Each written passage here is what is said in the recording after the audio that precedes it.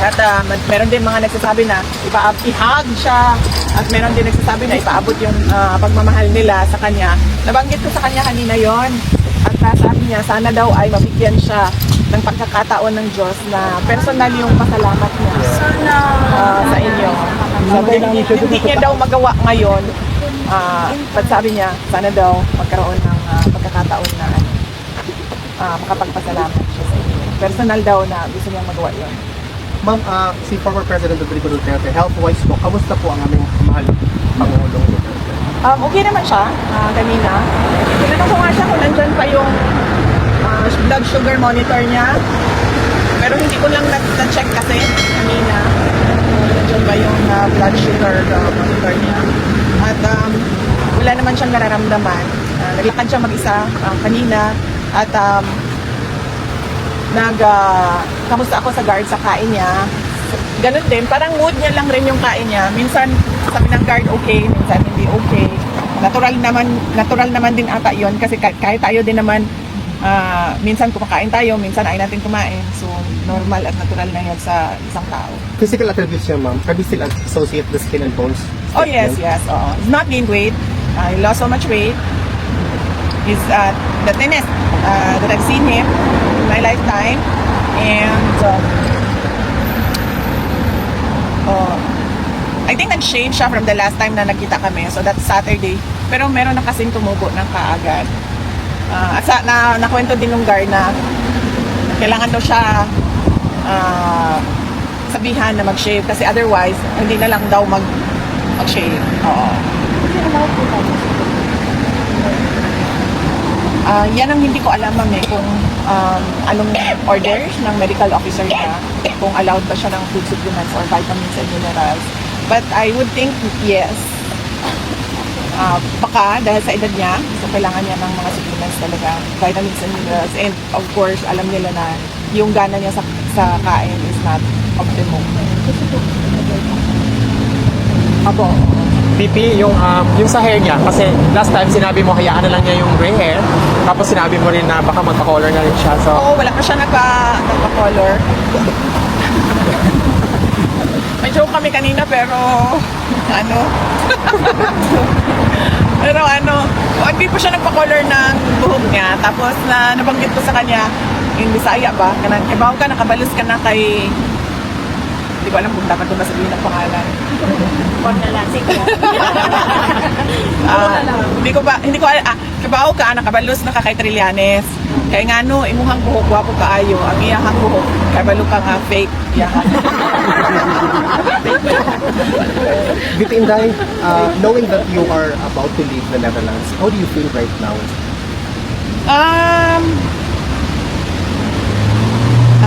Well,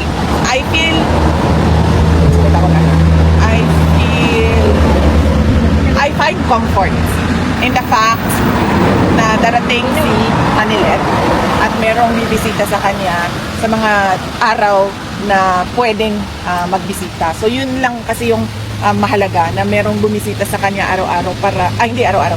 Merong bumisita sa kanya sa mga araw na pinapayagan ang pagbisita para hindi siya malungkot at para merong napapasok yung araw-araw na balita. Nakakwento yung araw-araw na balita doon sa kanya. Kasi tulad kanina, pag-upo ko pa lang, nagtanong na kaagad siya anong nangyayari sa Pilipinas. So nabanggit ko na madami ang naperwisyo sa pagbaha. Sabi ko, and then napagkwentuhan namin na taon-taon na lang na gano'n. Pero wala talagang mga proyekto na nag-a-address sa baha. Ibig sabihin, inaantay na lang natin dumating yung bagyo at yung baha. At maging biktima na naman tayo ulit ng baha taon-taon. So, yun yung napag-usapan kanina sa pagsimula ng aking bisita. VP, tanong ko lang po kasi may breaking news kanina na na-deny po yung motion to post bail ni Pastor Apollo Cuduloy. Na ibalita niyo po ba sa kanya yun, or kung hindi, ano pong reaction niyo patungkol doon? Hindi ko nabalita sa kanya kasi ngayon ko lang nalaman na na-deny ang motion for bail ni Pastor Apollo Cuduloy. Pero nabanggit namin kanina, napag-usapan namin kanina si Pastor Apollo Cuduloy. Pero as usual, yung kwentuhan namin tulad ng buhok ni Trillanes ay sabi niya na pareho daw sila ng palad ni Pastor Kibuloy, pareho daw sila ng kapalaran. Tapos sabi niya, sana pala hindi na lang kami naging magkaibigan, baka pa hindi kami napunta sa detention. Sabi ko wala namang kinalaman yung natuwanan kami. Sabi ko wala namang kinalaman yung mga guhit niyo sa palad sa inyong sa mga pangyayari ngayon. Sabi ko sa kanya, political lahat yan. Yes. Yes, Vice. Good afternoon po. Salamat sa oras at panahon. May continuation ka, Boss Dave? Mamaya na. Ma'am, may iba po tayo. Sinabi po ni House Spokesperson Princess Abante, tungkulin po daw ninyo na makinig sa State of the Nation address ni BBM. Sabi niya po ay handa ang Kamara, ay welcome kayo sa dadalo kayo sa SUNAY.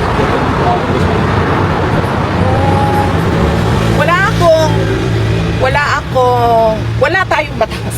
Wala tayong batas na nagsasabi tungkulin ng mga Pilipino ang makinig sa presidente. Ang nasa batas natin nakalagay, tungkulin ng presidente ang magbigay sa atin, mga Pilipino, kung ano yung estado ng ating bansa. Siya yung may tungkulin, tayo walang tungkulin makinig. Tama. We have the rights to listen or to not listen. There is no law mandating us to listen to the president give his State of the Nation address. Thank you, ma'am. At additional, ma'am, dinate po ni House Spokesperson na tumatulog ni Princess Abante na galing sa mga ebidensya at testimonya ng mga testigo ang kasong crimes against humanity laban kay dating Pangulong Rodrigo Roa Duterte sa International Criminal Court. Anya, marites po daw ay yung sinabi ninyo na nakatulong si PRRD dahil sa chismis. May sagot po ba tayo dito? Siguro dapat huwag magsalita si Miss Abante patungkol sa ICC case dahil spokesperson naman siya ng House of Representatives at wala namang kinalaman ang House of Representatives sa ongoing na kaso ngayon. Nandito ako bilang isang Pilipino, bilang isang Vice President ng Pilipinas na pinaglalaban yung karapatan ng isang kasambayan natin na Pilipino na kinuha sa Pilipinas at dinala sa ibang bansa para ikulong. So meron akong right. I have all the right to express my anger against what the administration of BBM did. Pero si Princess Abante, siya ay isang spokesperson ng House of Representatives. So ang dapat niyang itinatopic o ibinabahagi sa taong bayan ay kung ano yung nangyayari sa House of Representatives. Huwag na siyang sumausaw. Huwag na siyang sumausaw sa it's out of her league. Thank you, ma'am. Ma'am, on other issue po, okay na. Sinabi po ni Philippine Ambassador to the US na si Jose Manuel Romualdez na bukas po ang Pilipinas sa plano ng Amerika na magtayo ng isang ammunition factory sa bansa. Una niyo na pong pinuna yung foreign policy ni Marcos Jr. dahil sa masyadong pagkiling sa US. Ma'am, ano po ang masasabi niyo dito? Nakakabuti po ba ito sa bansa na ating plano ng Amerika na magtayo ng isang ammunition factory sa Pilipinas? Ang nakalagay sa ating saligang batas na meron tayong dapat independent foreign policy. Kung yung ginagawa ng gobyerno ay kumkiling sa iisang bansa lang, ibig sabihin nun, wala na tayong true independent policy. So, dapat hindi lang ako yung kumukontra, lahat tayo mga Pilipino kumukontra sa plano na ito. Dahil ang ating mga galaw ay dapat for the interest of our country, hindi para sa interest ng ibang mga bansa. Hindi lang Amerikano, kahit anong bansa yan, hindi para sa kanila ang galaw ng natin mga Pilipino. Ang mga ginagawa natin ay dapat para sa interest ng ating bansa. Pabalik po tayo, ma'am, doon sa issue ng pag-deny sa bail ni Pastor. Sa pagkakakilala niyo po ba kay Pastor Apollo, dapat ma-approve or mali po ba yung decision ng korte na i-deny siya considering na mahina naman po talaga yung ebidensya ang pinipisita o hearsay lamang. Sa inyo po bang pagkakakilala, pwede niyo po bang i-vouch si Pastor Apollo sa mga kanubayan natin? Hindi ko alam, unang-una, hindi ko kasi nabasa yung desisyon ng judge kung bakit dininay yung application for bail.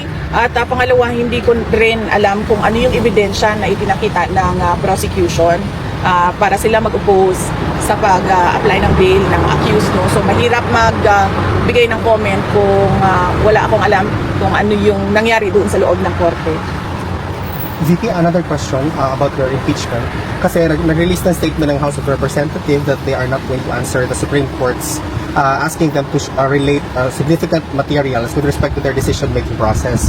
What if it's possible for you to make comment po about the move of the House of Representatives that they are not going to provide this information kasi nga it is within the rights of their internal procedures daw and it's not within the jurisdiction of the Supreme Court to ask these pertaining documents? Yan na yung nakalagay, no? Pinablish ba namin ang petition namin? Nag-release ang House of No, Representatives. ang petition namin, nakalagay lahat doon sa petition namin. Nakalagay lahat doon sa petition namin sa Supreme Court kung ano yung sinasabi namin na labag sa batas na ginawa nila. At syempre, dahil korte yon ay kailangan mabigyan din ng pagkakataon yung kabilang kampo na magbigay ng mga inihingi ng korte. At nandun pa rin kami sa sinasabi namin na mali yung ginawa nila. Labag siya sa konstitusyon, labag siya sa batas, at lalong-lalo na nilabag nila yung karapatan ko na na maging fair yung proseso ng pag-file ng impeachment. Any questions? Madam VP, bumabaha po ngayon sa Pilipinas dahil sa bagyo at alam naman po natin na meron po isang congressman ng people ang nagpo-propose na imbestigahan po yung Dolomite Beach na dahilan daw po ng pagbabaha sa Metro Manila. So maraming pong ulit baha ngayon, baka ibintang din po yan kay Pangulong Duterte dahil alam naman natin yung Dolomite Beach isa po sa mga projects na po. Oo, hindi na ako magtataka kung lahat ng ginawa o lahat ng ginagawa ni dating Pangulong Duterte ay imbestigahan ng administrasyon ngayon. At hindi na rin tayo magtataka kung lahat noong mga nangyayari ay sasabihin nila na kapartiyan ng war on drugs at kasalanan yan ni President Duterte. Kasi nga sinabi ko na ang ginagawa kasi nila is political scapegoating. Ibig sabihin, ayaw nila tanggapin yung obligasyon, ayaw nila ibigay yung accountability sa mga problema. Tulad ng pagbaha, dapat kasi ang sasabihin mo niyan ay ano ba ang dahilan kung bakit nagbabaha? Ano ba ang plano natin para sa susunod na bagyo ay hindi nababaha? At paano ba natin i-implement yung plano natin na paniguraduhin natin na hindi na nasa-stranded o hindi na nabibiktima ng pagbaha yung mga tao? Ganun dapat ang sagot ng gobyerno, hindi yung magtuturo sila ng ibang tao kasi nililihis nila yung attention ng tao sa totoong problema. VP Inday, I would like, on behalf of the Filipino people, we would like to thank you on the Office of the Vice President for extending the Libre Sakay program po because it has actually elevated a lot and helped a lot of people, especially those areas na talagang present itong Libre Sakay. Do you have a message to those people? We're very thankful for this program na extend pa siya. Yes. Oh, well, kung gaano man kaliit, kahit gaano man kaliit, yung project namin. So as long as magagawa namin, ay itutuloy yan ng Office of the Vice President. At sa ngayon, nabasa ko sa reporting kanina doon sa aming group chat sa opisina ay nagkikater ang kasi peak hours lang yung libreng sakay pero ngayon may emergency dahil marami ang stranded dahil sa baha. So nagtuloy-tuloy yung pagtakbo ng bus para tulungan yung mga na-stranded doon sa kanilang mga assigned routes. Thank you, VP. Salamat. May bago pong statement, PPC General Torre, tungkol sa mga DDS, wala daw utak. At saka, ang mga DDS daw at ang mga Duterte ay anti-government. At isa pa, nananawagan siya ng pagkakaisa, at sinasabi din niya na ICC na ang pinaka-fair. Ano ba ba ang nire-request natin? Bakit gusto pa natin pawin si Pangulong Duterte? Nasa ICC na, which is ang pinaka-fair daw po ng Duterte sa buong mundo. Lagi ko naman na yung sinasabi pag mayroong nagsasabi sa akin na baliw ako or may nagsasabi sa akin na kahit ano, tulad niyan, may nagsasabi sa atin na bobo tayo, parang sabihin na lang natin it takes one to know one, so kung bobo kami, bobo ka din. Ayaw Masaya lang yan. Masaya tayo lang yan. Mas subo pa. BP, ano masasabi niyo? Ano masasabi niyo sa sabi ni Marcos na yung tubig, baha, ipunin para magamit pa natin sa tagsuyot? Anong comment niyo doon? Parang Ano? yun ang solve niya para Opo, ipunin po natin lahat, tapos i-deliver po natin sa Malacanang para pag may pagkakas siya. Umiinom na siya ng tubig baha. Opo. Nakita niya yun. Ma'am, sa kaya susuyok nun. Ganun na po ang gagawin natin. Ipunin natin lahat, i-deliver natin sa Malacanang para meron silang mainom doon. Ma'am, okay lang. Kasama ba sa option kay PRRD ang sa issue ni Atty. Harry Roque sa legal party? Napag-usapan namin yan at ang napag-usapan namin magkakapatid ay one after the other ang remedies, hindi sabay-sabay. Okay. Ma'am, At alam ni Attorney Harry Roque yan, alam niya dahil ilang beses na yan napag-usapan. ma'am, hinamduman nga tabang ni Pastor Kibuloy sa panahon sa eleksyon kay BBM. O importante ba ang kanang utang na loob sa mga Pilipino? Sa mga Pilipino, yes, utang na loob, delikadesa, malaki sa atin yan, delikadesa, utang na loob, bayanihan, yan yung mga portraits ng mga Pilipino. Kasama na ang pagiging hospitable. Hospitable? Yes. Portraits yan siya ng mga Pilipino. Bakit na hinamduman kung itabang ni Pastor Kibuloy sa panahon sa eleksyon ni BBM? Oh yes, nag-endorse si Pastor Kibuloy kay President Marcos noong 2022. At nagdoon ako the day na nag-endorse siya. Kasi bago kami umalis ng Davao City, dumaan kami sa simbahan, sa Catholic Church, na dumaan din kami kay Pastor Apollo Kibuloy at nag-prayer siya. Nag-pray siya para sa akin at nag-pray siya para kay President Marcos. Meron akong nabasa na tumulong siya bago pa yung presidential elections sa Senate run ata ni President Marcos. Ngano di ay? Kaya mas mga nagipit siya karon pa sa Ano sila? Mangganga. Pagkang maasin. Ma'am, kanang, any comment lang ma'am nga, ang President sa America is i-invite si PBBM before sa zona niya. Na supposedly, wala ka pa na ma'am, nag-invite siya karon sa America. I-invite siya? Yes, pinakalit. Invitation letter. So, basing sa kanila. So, muna siya ma'am. Any comment ko lang? Hindi. Gusto ko makita yung invitation letter. Any more questions? Mang pwede mo tanang kung anong god ka na ang mga tao ba curious lang sila about ni Attorney Roque na nung atong last Saturday wala siya invited ba daw siya atong event.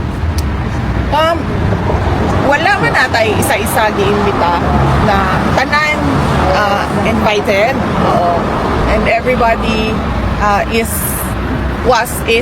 are were everybody welcome. In fact, dito sa ano bang tawag dito, Duterte Street, welcome lahat sa lahat ng rallies. Welcome lahat. In fact, nasaan na yung kasama ko sa Australia at pupunta din sa kasama ko sa Australia, pupunta din sa Korea. Lahat welcome and invited sa mga rallies natin. Siguro ang advice ko lang sa lahat, hindi naman talaga yan maiiwasan na meron tayong pagkakaiba ng opinyon, ng paniniwala, ng prinsipyo. Dapat yung mga ganon, pag merong problema ay iset aside natin. Mag-focus tayo doon kay dating Pangulong Rodrigo Duterte kasi siya yung nangangailangan ng tulong natin ngayon. Isa lang ang goal natin is makagawa si Tatay Digong. Yes, opo. And then, hope na magkaisa din tayo. Oo. Tapos kung gumamit tayo by analogy, parang parang mag-asawa. Di ba sa mag-asawa, darating yung punto na magsige na maglalis, magsige na mag-away, lagi kayong nag-aaway, lagi kayong nagtatalo, meron kayong mga hindi pagkasunduan dahil nga magkaiba yung ugali ninyo, magkaiba yung personalidad ninyo, magkaiba yung upbringing ninyo. Pero tatahimik kayo dahil meron kayong mga anak na kailangan kailangan na maayos yung pagpapalaki ninyo sa kanila at hindi nila nakikita na nag-aaway lagi yung kanilang mga magulang at nakatutok sila doon sa mga principal, mga primary ano ba tawag niyan? Gawa na lang ng primary individuals doon sa relationship. Sa isang marriage, hindi kasi pag meron na kayo, kung kayo lang dalawa, kayo yung dalawa. Pero pag may anak na kayo, hindi na kayo yung dalawa ang importante. Ang importante na ay yung anak ninyo. Ganun din yun sa atin. Marami tayong pagkakaiba. Pero hindi tayo ang importante dito. Exactly. Ang importante dito ay si President Duterte. Amen. Ganun yun. Thank you, ma'am. Parang Pwede ganun yun. bang love na lang o hindi pwede? one more. Okay naman love, di ba? Ang difference lang kasi culture. Love na lang daw. Hindi pwede love kay BBM. Siguro. Hindi pwede. Sa issue, Sige. Ma'am, may question pa Ako, si issue po ni alias Rene, kasama po sa kanyang testimonya before, yung na kayo daw pong dalawa ni Pangulong Duterte ay inaabutan ng baril sa Gloria Mountain sa Davao at nag-record po siya. Kayo po ba ay nanawagan sa mga taga-senado at mga kaalyado natin sa Senado na maimbestigahan yung recantation na yun ni alias Rene? Definitely. Kung hindi lang panawagan para maimbestigahan. Kung kailangan mag-file ng kaso sa mga nagpilit na mag-present ng witness na hindi makatotohanan ang sinabi ay dapat mag-file ng kaso. Kayo po ma'am, since kayo po yung subject doon sa isa pa sa mga Antivirus. subject nung pagsisinungaling niya, Gusto gusto niyo rin po bang mag-file ng reklamo doon sa alias Rene? No, ang dami. Sa totoo lang, kung gusto ko lang mag-file, ang dami ko nang na-file ng kaso dahil ang dami ko ng causes of action sa totoo lang under Philippine laws. Libel, cyber libel, harassment, threats, ang dami na. Pero wala akong pinafile ng kaso. Bakit? Kasi paniwala ko, pag ikaw ay nakaupo dyan bilang Vice President, ay kahit sino pa yan, mangyayari talaga yan sa iyo dahil mainit, matindi, madumi ang politika sa Pilipinas eh. So, mangyayari yan sa iyo. So, kung every time merong cause of action, tulad yan, kunwari merong cause of action dyan, mag-file ako ng kaso, maubos ang oras ko. Yes, 1,000 kaso ang complainant ako. At dahil lang yon sa aking katayuan bilang Vice President. Tapos susunod pa, Presidente, anak ako. Tapos...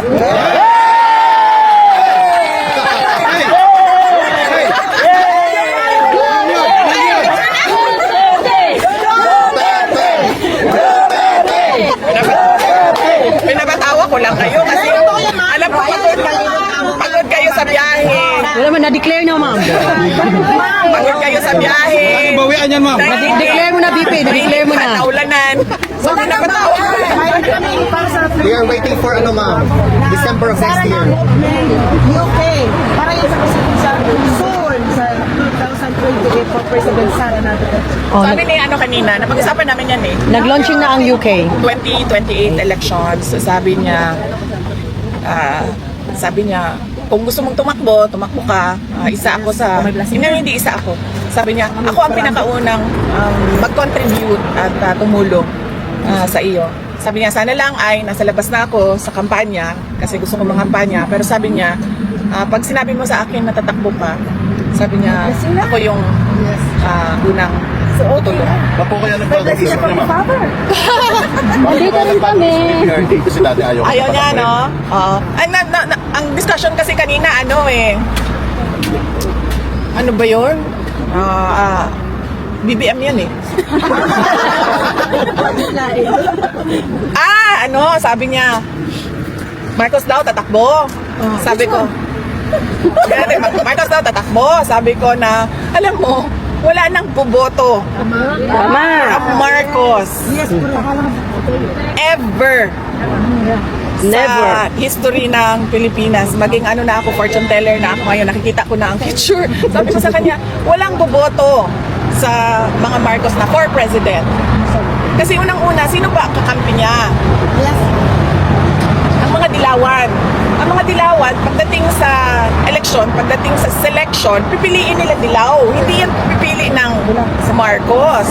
Sabi ko, sino pang kasama niya ngayon, kaalyado man niya ngayon, Makabayan. Sabi ko, kung ang Makabayan pipili, para nila lang give up yung kanilang money-making filosofiya na ano sila, na gusto nilang pabagsakin yung administrasyon at gusto nila sila yung i-install na gobyerno. So, sino boboto? Wala na boboto sa kanya na ano, na mga, yung, ako bumoto ako sa kanya noong 2022. Nabugol tayo mga.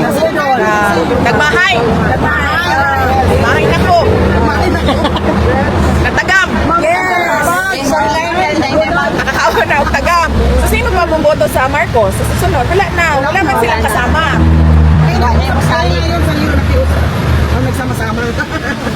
Alam nila yan. Kasi noong lumapit sila, alam nila na hindi nila kakayanin ang mga supporters ni Leni Robredo at the time noong 2022. So, ano ba yun? Yun. So, sabi ko sa kanya, sino lang boboto sa Marcos? Sabi niya, pag ikaw tumakbo, yun na yan, sabi niya. Pag ikaw tumakbo, Thank you, ma'am. Any more questions, guys?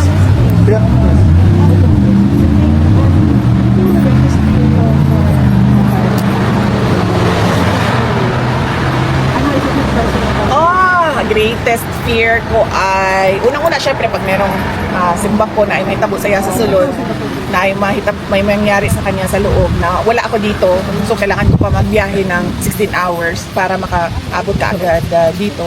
At ang pangalawa ay yung magiging malungkot yung kanyang araw-araw, malungkot siya araw-araw, kaya pinipilit ko talaga doon sa mga kapatid ko na kailangan talaga merong pumunta dito para bumisita kasi allowed naman bumisita, so dapat meron talagang pumunta dito na bumisita kasi ayaw natin malungkot siya.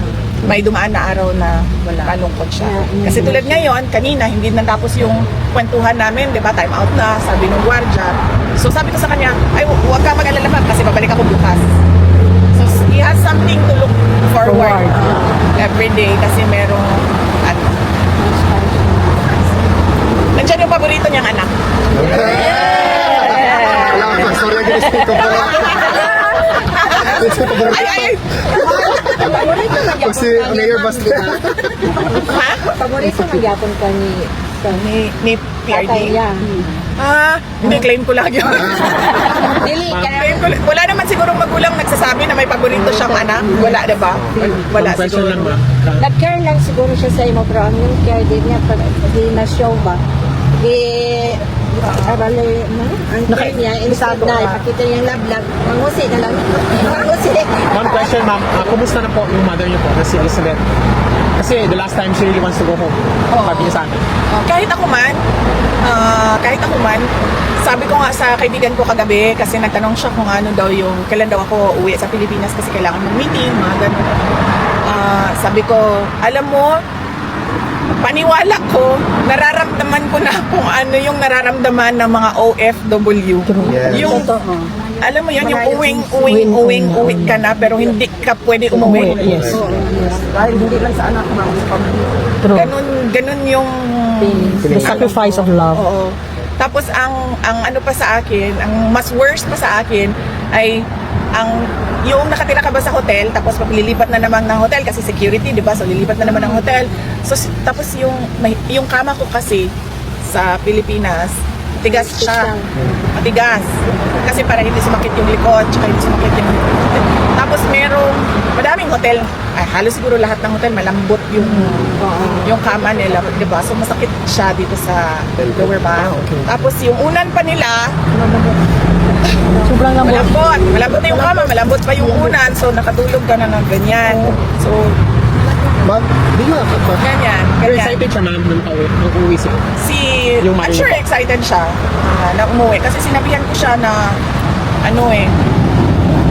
kailangan niya bumalik na naman. kasi gumagawa na ng schedule. So, kailangan niyang bumalik. Pero sabi ko sa kanya, mag-isa ka na lang. Hindi na tayo pwedeng magsabay kasi para humaba yung yung ikot ng pagbisita. VP Inday, do you have a message to all the Filipino people? Unang-una, we are a disaster-prone country, no? Pero taon-taon na lang, para bang nag-aantay lang tayo ng kalamidad at ng emergency. Dapat lahat tayo ay magkaroon ng participation sa disaster risk reduction and management plan ng lahat ng mga local government units para handa na yung ating lugar, handa na tayo pagdating noong landslide, pagbaha, bagyo, malakas na ulan, malakas na hangin, lindol, pagsabog ng bulkan, at kung ano pa yung mga iba pang natural at man-made disaster na nangyayari dyan sa ating bansa. So, paniguraduhin natin na handa tayo lagi. Hindi yung darating na lang ayan na, ang panahon ng bagyo, tapos ayan na, ang baha, nasira na naman yung ref, nasira na naman yung TV. Kasi, unang-una, walang maayos na drainage plan at hindi naghanda yung mga tao sa personal nila na gamit at lalong hindi naghanda yung gobyerno sa kanilang mga kailangan gawin. So, yan yung mensahe ko. Kailangan maghanda. Kailangan natin magkaroon ng plano at magkaroon ng, galing dun sa plano na yon ay magkaroon ng mga projects at magkaroon ng implementation ng mga proyekto at magkaroon ng kahandaan sa personal natin na mga properties. Thank you, VP. Ikaw. Hello, Ayong lahat, mama, kailangan. Ayong lahat. Ayong lahat. BP, since you're here in the Netherlands and we consider Netherlands is below sea level and engineers here are great in the infrastructure for making the dikes.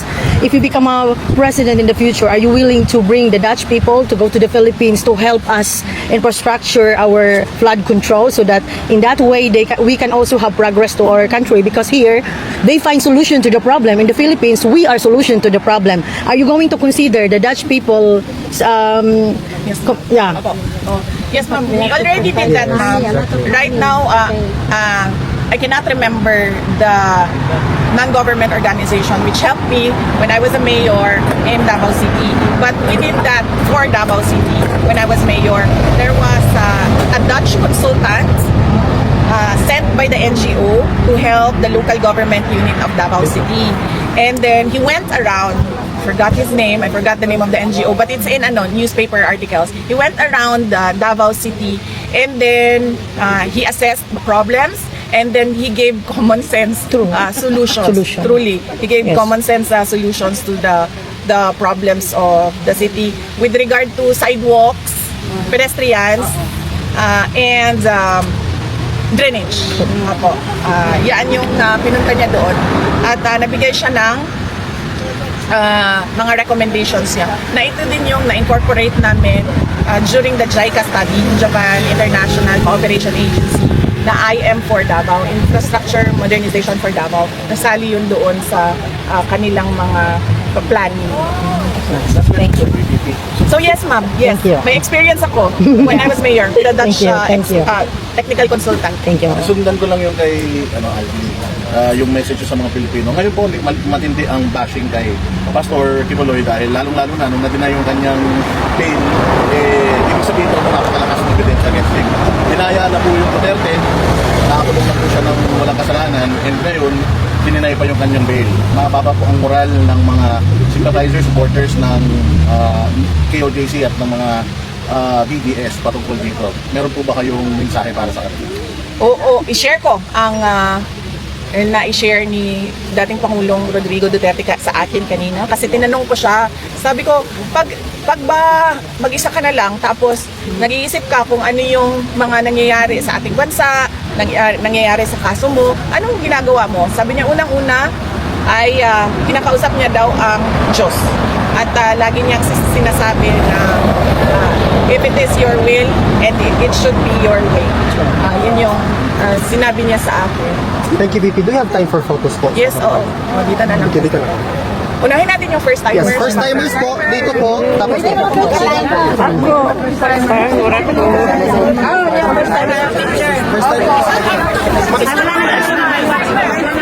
Hello po. Hello po.